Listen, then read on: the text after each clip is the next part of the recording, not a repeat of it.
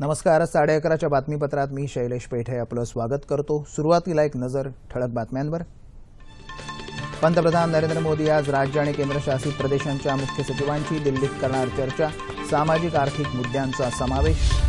Digital तंत्रज्ञानामुळे सर्वांपर्यंत दर्जेदार शिक्षण पोहोचू शकेल, राष्ट्रपतींना विश्वास. ग्रामीण पेयजल जलस्वराज्याच्या दुसऱ्या टप्प्यात मुख्यमंत्री फडणवीस यांच्या हस्ते होणार 171 प्रकल्पांचं डिजिटल भूमिपूजन. नागपूरमधल्या वेण्णा तलावात बोट बुडून झालेल्या अपघातात 8 जण बेपत्ता, 2 मृतदेह सापडले. ओदिशा इथं झालेल्या 22व्या आशियाई अॅथलेटिक्स स्पर्धेत 29 पदकांची कमाई करत भारत अव्वल स्थानावर. आणि जमैका इथं झालेल्या T20 क्रिकेट स्पर्धेत वेस्ट इंडिजकडून भारताचा दारुण पराभव.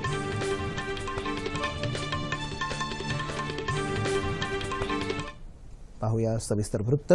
केंद्र आणि राज्य यांच्यात उत्तम सहकार्य राहावं यासाठी पंतप्रधान नरेंद्र मोदी आज दिल्लीत राज्य आणि केंद्रशासित प्रदेशांच्या मुख्य सचिवांशी संवाद साधणार आहेत. नीती आयोगाच्या वतीनं मुख्य सचिवांचं राष्ट्रीय संमेलन आयोजित करण्यात आलं असून सर्व राज्यांमध्ये सामाजिक आणि आर्थिक क्षेत्रामध्ये चांगली कार्यप्रणाली राबावी यासह अनेक महत्त्वाच्या मुद्द्यांवर चर्चा होणं अपेक्षित आहे.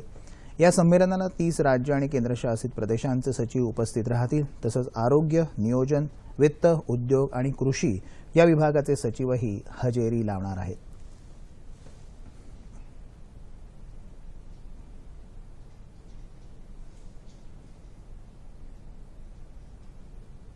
देशात ई-शिक्षणाला प्रोत्साहन देण्याच्या उद्देशानं सुरू केलेल्या डिजिटल शिक्षण प्रणालीचं उद्घाटन राष्ट्रपती प्रणव मुखर्जी यांच्या हस्ते काल नवी दिल्लीत झालं.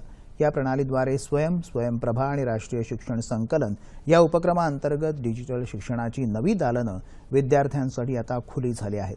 जगभरातल्या संशोधनाचा समावेश शैक्षणिक प्रक्रियेत होणं तसंच शिक्षणाची गंगोत्री वंचितांपर्यंत पोहोचवण्यासाठी उपग्रह तंत्रज्ञानाचा उपयोग करणं आवश्यक असल्याचं राष्ट्रपती यावेळी म्हणाले. शिक्षणाची गुणवत्ता सुधारण्याबरोबरच शिक्षण क्षेत्रात अभिनव अभ्यासक्रमाचा अंतर्भाव असायला हवा.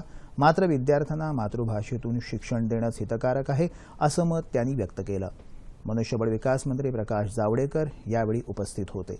2020 पर्यंत देशात उच्च शिक्षण घेणाऱ्यांची संख्या वाढावी या हेतूनं सुरू केलेल्या डिजिटल उपक्रमांचा लाभ काही कारणाने शिक्षण मध्येच अपूर्ण राहिलेली कोणतीही व्यक्ती आता घेऊ शकते. स्वयं योजनेचा लाभ इयत्ता 9वी पासून ते पदव्युत्तर शिक्षण घेणाऱ्या विद्यार्थ्यांना होऊ शकेल. स्वयंप्रभा योजनेअंतर्गत विद्यार्थ्यांसाठी 32 DTH वाहिन्या उपलब्ध होतील. यावर 24 तास शैक्षणिक कार्यक्रमांचं प्रसारण होणार आहे. ग्रामीण पेयजल आणि जलस्वराज्य कार्यक्रमाच्या दुसऱ्या टप्प्याअंतर्गत मुख्यमंत्री देवेंद्र फडणवीस आज मुंबईतल्या त्यांच्या वर्षा या निवासस्थानी राज्यातल्या 171 प्रकल्पांचं ई-भूमिपूजन करणार आहेत. पाणी शुद्धीकरण प्रकल्प, पाणी पुरवठा, जलपरीक्षण केंद्र आणि प्रयोगशाळा यात समावेश असेल. या प्रकल्पांमुळे 16 जिल्ह्यांमध्ये पाणी परीक्षण केंद्र तसंच प्रयोगशाळा उभारण्यात येतील. या प्रकल्पामुळे दुष्काळग्रस्त खेड्यांना आता अधिक पाणी मिळणार आहे. या कार्यक्रमाला पाणी पुरवठा आणि स्वच्छता मंत्री बबनराव लोणीकर तसंच पाणी पुरवठा आणि स्वच्छता राज्यमंत्री सदाभाऊ खोत उपस्थित राहणार आहेत. बळीराजा चेतना अभियानाच्या माध्यमातून शेतकऱ्यांचं प्रबोधन करण्यात येतं, मात्र त्याचा फायदा होताना दिसत नाही असं मत परिवहन मंत्री तसंच उस्मानाबाद जिल्ह्याचे पालकमंत्री दिवाकर रावते यांनी व्यक्त केलं. ते काल उस्मानाबाद इथं पत्रकारांशी बोलत होते. ग्रामीण कीर्तन जास्त ऐकलं जातं, त्यामुळे कीर्तनकाराच्या माध्यमातून शेतकऱ्यांचं प्रबोधन व्हायला हवं असंही ते म्हणाले. उस्मानाबाद आणि यवतमाळ जिल्ह्यातल्या शेतकऱ्यांच्या आत्महत्या थांबाव्यात म्हणून उपाययोजना करण्यासाठी शासनानं 1100 कोटी रुपयांचा निधी मंजूर केला आहे. पण गेल्या 2.5 वर्षात कुठलाच बदल झालेला दिसत नाही असंही ते म्हणाले.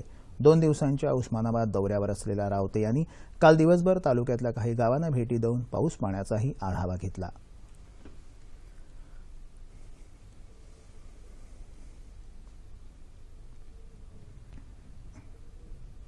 आत्महत्या जो झाली, पैसे दिले, 1 लाख दिले, 30,000 रूप दिले, 17,000 FD ठेवले, झाल्यानंतर पण उभा पाहिजे. पण बळीराजा चेतना अभियान मंत्रिमंडळाने मंजूर केलं आणि त्याच्यात 2 जिल्हे केले, यवतमाळ आणि उस्मानाबाद. त्या अभियानांतर्गत शेतकऱ्यांपर्यंत जाणं, शेतकऱ्याच्या समस्या जाणून घेणं, एक मॉडेल तयार जर झालं तर अख्ख्या महाराष्ट्रामध्ये आत्महत्याग्रस्त भागात राबवता येईल ही त्यातली संकल्पना. स्वामीनाथन आयोगाच्या शिफारशी लागू कराव्यात, निवडणुकीच्या वेळी दिलेली आश्वासनं पंतप्रधानांनी पूर्ण करावीत, या आणि इतर मागण्यांसाठी मध्य प्रदेशातल्या मंदसौर इथून निघालेली अखिल भारतीय किसान संघर्ष यात्रा काल धुळ्यात पोहोचली.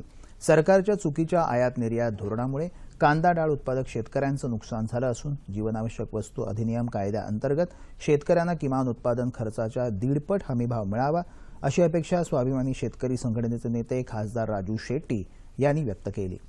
शेतीपूरक असणाऱ्या विविध घटकांवर जीएसटी कर लावल्यामुळे सर्वसामान्य शेतकरी हवालदिल झाल्याची खंतही त्यांनी व्यक्त केली.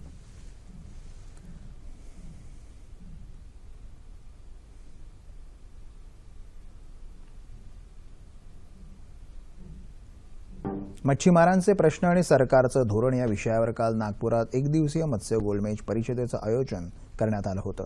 अलीकडे जाहीर झालेल्या मत्स्यटेका धोरणाबाबत मच्छीमारांमध्ये संभ्रम निर्माण झाला आहे. हे धोरण अन्यायकारक असल्याची भीती व्यक्त केली जात आहे. त्यामुळे धोरण नक्की काय आहे याचं अभ्यासपूर्ण विश्लेषण या परिषदेतून तज्ज्ञांनी केलं.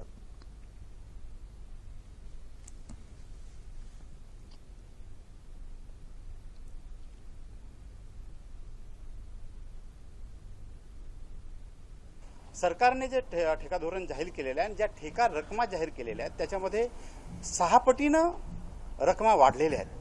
2 वर्षामध्ये एवढ्या मोठ्या प्रमाणामध्ये जर ठेका रक्कम वाढविलेल्या असतील तर संस्थांचं आर्थिक बळकटीकरण करण्याऐवजी सरकार सावकाराच्या गळफाशात संस्थांना अडवण्याचा प्रयत्न करत आहे असा आमचा आरोप आहे.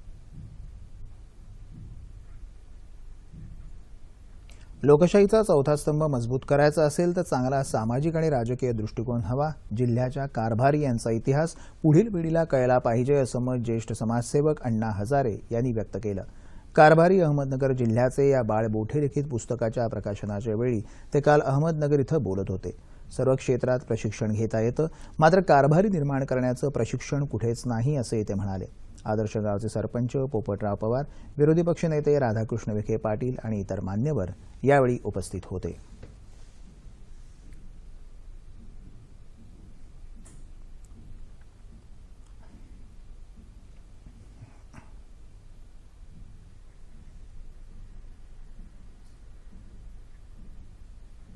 पुण्यात साहित्य परिषदेत काल श्यामला पंडित लिखित स्वर्गफूल कविता संग्रहाचं प्रकाशन अखिल भारतीय साहित्य संमेलनाचे माजी अध्यक्ष श्रीपाल सबनीस यांच्या हस्ते झालं. प्रेमाचं जिव्हाळा या चारोळी संग्रहाचं प्रकाशन ज्येष्ठ कथाकार बबन पोद्दार यांच्या हस्ते झालं. कवयित्री श्यामला पंडित यांनी यावेळी मनोगत व्यक्त केलं.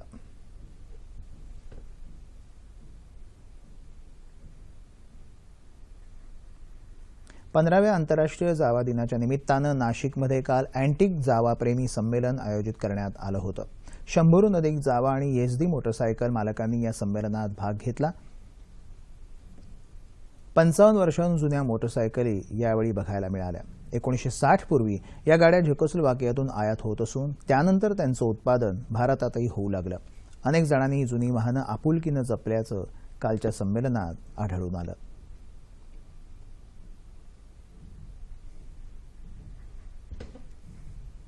सध्या सर्व क्षेत्रात विजेची मागणी वाढली आहे, मात्र त्या मागणी इतका विजेचा पुरवठा होणं थोडं कठीणच आणि अशातच भारनियमन आणि विजेची भरमसाठ बिलं याही समस्यांना सामोरं जावं लागत आहे.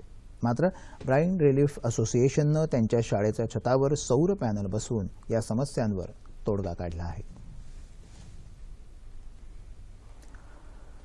दिवसेंदिवस वाढत जाणारी विजेची मागणी, भारनियमन आणि भरमसाठ वीज बिलाच्या समस्यांना सर्वांनाच सामोरं जावं लागतंय.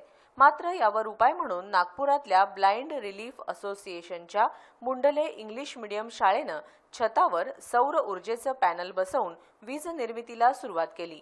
दर महिन्याला लाखाच्या घरात जाणारा वीज खर्च कमी करण्यासाठी संस्थेनं शाळेच्या छतावर सौर पॅनल बसवण्याची योजना आखली. दर महिन्यामध्ये शाळेचं जे इलेक्ट्रिक बिल येतं साधारणतः 40 ते 45 रुपये इलेक्ट्रिक बिल यायचं. आम्ही विचार केला की शाळेचे रिकरिंग कॉस्ट जे आहे हे कसं कमी करता येईल आणि सोलरवर कसं जाता येईल हा विचार केला आणि तो विचार करून आम्ही एका वर्षभरामध्ये संपूर्ण शाळा सोलरवर कन्वर्ट केलेली आहे. आज गेले 2 महिने झाले झिरो बिलिंगवरती आम्ही पूर्ण. म्हणजे हा जो खर्च आहे हा साधारणतः 14 ते 15 लाख रुपये आम्ही खर्च केला, ज्याच्यामध्ये 16 किलोवॅटपर्यंत इलेक्ट्रिसिटी जनरेट होते पूर्ण. नागपूरचे महानगरपालिकेचे आयुक्त अश्विन मुदगल यांच्या हस्ते या पॅनलचं उद्घाटन करण्यात आलं. अशा प्रकारचा उपक्रम अन्य संस्थांनी सुरू केला तर पर्यावरणाच्या दृष्टिकोनातून आणि आर्थिकदृष्ट्या फायदा होईल असं मत मुदगल यांनी यावेळी व्यक्त केलं. मला वाटते इन्स्टिट्यूशनल जे इन्स्टिट्यूशन्स अशा प्रकारचे जे आहेत त्यांनी अशा पद्धतीचे जर उपक्रम त्यांच्या ठिकाणी केले तर ते ग्रीन हाऊस गॅसेस एमिशनच्या अनुषंगाने फायदेशीर ठरतीलच, सोबतच उत्पन्नाचे साधनसुद्धा त्यांच्यासाठी होऊ शकतील. या संस्थेनं राबवलेला सौर पॅनलचा उपक्रम कौतुकास्पद असून अशा प्रकारचे सौर पॅनलचे प्रकल्प जर इतर क्षेत्रात राबवले तर सध्या असलेली विजेची समस्या नक्कीच कमी होण्यास मदत होईल. नागपूरमधल्या वेण्णा तलावात बोट बुडून काल झालेल्या अपघातात 8 जण बेपत्ता झाले होते. त्यापैकी आतापर्यंत 2 जणांचे मृतदेह हाती लागले आहेत. बेपत्ता तरुणांना शोधण्यासाठी प्रशासनाच्या वतीनं शोधकार्य सुरू आहे. सहलीसाठी 8 तरुण काल वेण्णा तलावात गेले होते. बोटीतून जात असताना हे तरुण सेल्फी काढत होते तेव्हा बोट हेलकावे घेऊ लागली आणि बुडाली.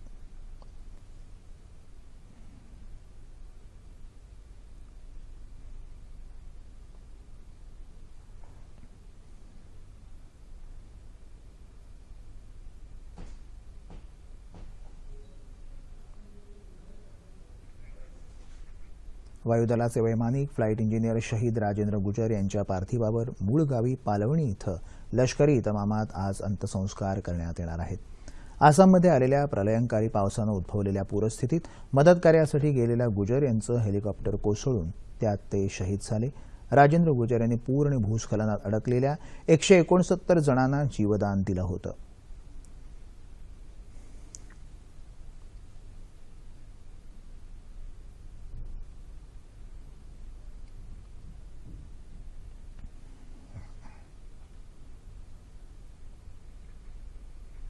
क्रिकेट.